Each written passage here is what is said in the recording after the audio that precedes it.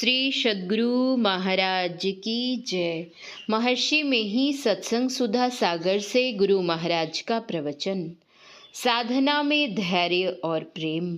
प्यारे लोगों, संतों का साधन ध्यान है। जो केवल मानस जप, मानस ध्यान और दृष्टि साधन जानता है, किंतु नादानुसंधान नहीं जानता है, तो वह अपने संत मत को सही नहीं जानता है। संत मत में शब्द का भी ध्यान है। शब्द ध्यान के सहित मानस जप, मानस ध्यान और दृष्टि साधन भी है। वह पूरा संत मत है। शब्द से ही सारे संसार का पसार होता है। शब्द से ही संभाल होती है। शब्द से ही मनुष्य बनता है। जितने विद्यालय हैं, सब में शब्द की शिक्षा है। इसी शिक्षा से लोग बढ़ते हैं। संतों के यहाँ जो नादानुसंधान है, इस साधना से ईश्वर तक पहुँचा जाता है। ध्यान योग सब योगों से श्रेष्ठ है और सरल है। भगवान श्री कृष्ण ने इसी पर जोर दिया है। संतों ने भी इसी को उत्तम साधन बताया है। हम लोगों को भी यह बताया गया है। इसका अल्प अभ्यास भी महाभय से बचाता है। महाभय क्या है? जन्म लेना और मरना, यही महाभय है। बच्चा जब जन्म लेता है तो वह रोता है, उसको कष्ट होता है, इसलिए वह रोता है। कोई किसी को मार डालना चाहे तो मरने से भी लोग डरते हैं। इस तरह जन्म और मरण में दुख होता है। इसी दुख की निवृत्ति के लिए ध्यान है। जो ध्यान करेगा और चूक भी जाएगा तो वह दूसरे जन्म में भी मनुष्य ही होगा, क्योंकि मनुष्य शरीर के अतिरिक्त और किसी शरीर में ज्ञान ध्यान हो नहीं सकता। इसीलिए वह मनुष्य ही होगा। थोड़ा भी ध्यान में रत रहा और गिर गया तो फिर उसको मनुष्य शरीर ही होगा, दूसरा शरीर हरगिज नहीं होगा। कोई कहे कि फलाने का शरीर छूटा, जो ध्यान करता था और गिर गया, इसलिए उसने कुत्ते बैल गधे का ही शरीर पाया। यह हरगिज विश्वास करने योग्य नहीं है। ऐसी बात वह किसी द्वेष के कारण कहता है, उसकी कोई बात मानने योग्य नहीं है।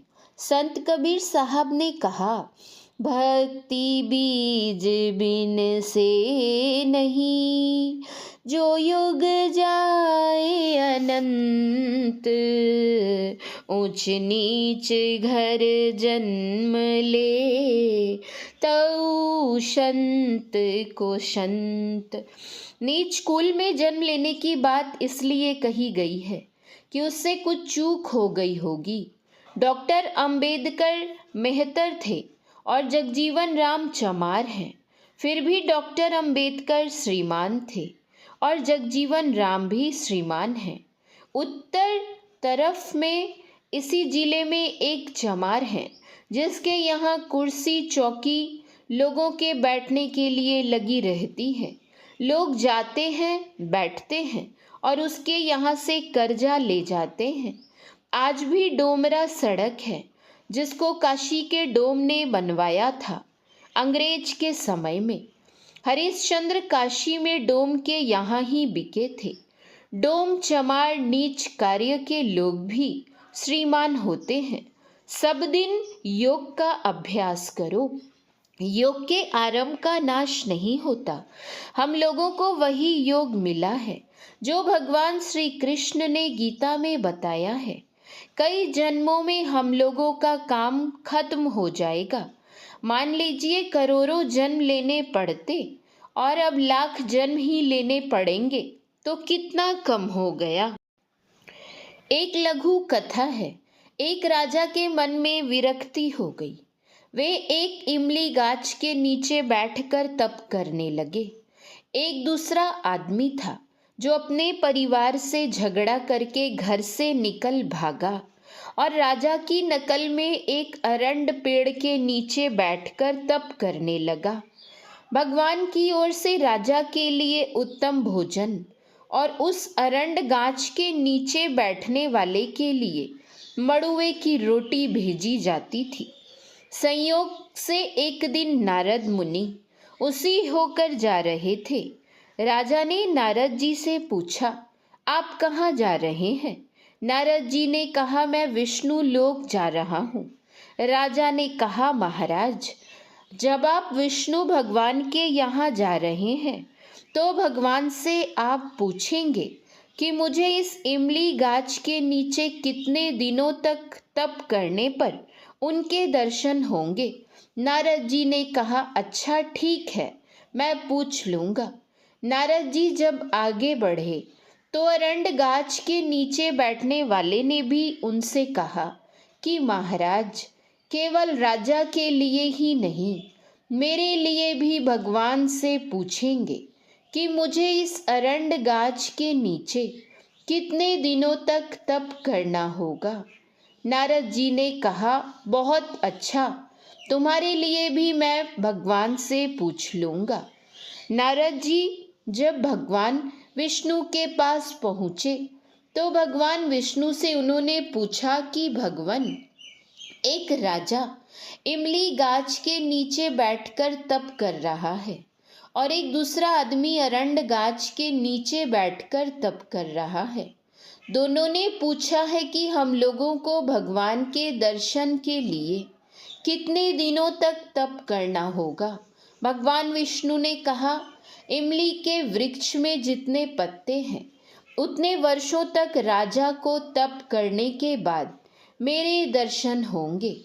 और अरंड गाछ के नीचे जो बैठा है, अरंड वृक्ष में जितने पत्ते हैं उतने वर्षों तक उसको भी तप करना होगा, तब मेरे दर्शन होंगे। नारद जी जब भगवान विष्णु के यहाँ से वापस लौटे तो पहले अरंड वृक्ष वाले से भेंट हुई। नारद जी ने उससे कहा, इस अरंड वृक्ष में जितने पत्ते हैं उतने वर्षों तक तुमको यहाँ तप करना होगा, ऐसा तुम्हारे लिए भगवान विष्णु ने कहा है। वह आदमी जब अरंड पत्तों को देखने लगा तो बहुत पत्तों को देखकर वह घबरा गया और यह कहकर चल दिया कि इतने वर्षों तक कौन तप करे, इससे तो अच्छा है कि घर का झगड़ा ही सही, घर ही में रहेंगे। वह अपना घर वापस हो गया। जब नारद जी राजा के पास पहुँचे तो राजा ने बड़ी आतुरता से पूछा कि महाराज, मेरे संबंध में भगवान से जानकारी ली थी? नारद जी ने कहा, हाँ, भगवान विष्णु ने आपके लिए कहा है कि इस इमली वृक्ष में जितने पत्ते हैं उतने वर्षों तक आपको तप करना होगा, तब भगवान दर्शन देंगे। राजा यह सुनते ही प्रेम में मग्न हो गया और लगा नाचने। इतने में भगवान विष्णु वहाँ पहुँच गए। नारद जी ने भगवान से पूछा कि आपने भी हद कर दिया। मुझसे तो आपने कहा था कि इमली वृक्ष में जितने पत्ते हैं उतने वर्षों तक तप करने के बाद मेरे दर्शन होंगे, लेकिन आप तुरंत ही आ गए। भगवान विष्णु ने कहा कि देखते हैं राजा को कितना प्रेम है, इनके प्रेम के वशीभूत होकर ही मैं अभी तुरंत यहाँ आया। जिस समय आपको इन्होंने मुझसे पूछने के लिए कहा था उस समय ऐसा प्रेम इनमें नहीं था। हम लोगों को भी खुश होना चाहिए कि जैसे इमली वाले का काम खत्म हुआ उसी तरह हम लोगों का भी होगा। गुरु महाराज की दया से हम लोग जन्म मरण से जल्दी छूट जाएंगे। बिना प्रमाण के किसी की बात को नहीं मानिए। श्री सद्गुरु महाराज की जय।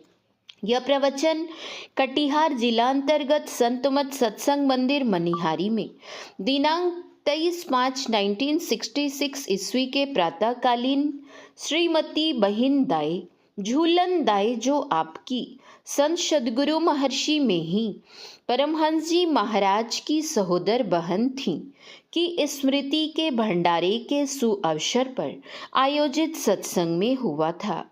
श्री सद्गुरु महाराज की जय। सत्संग योग भाग 4 से गुरु महाराज की वाणी।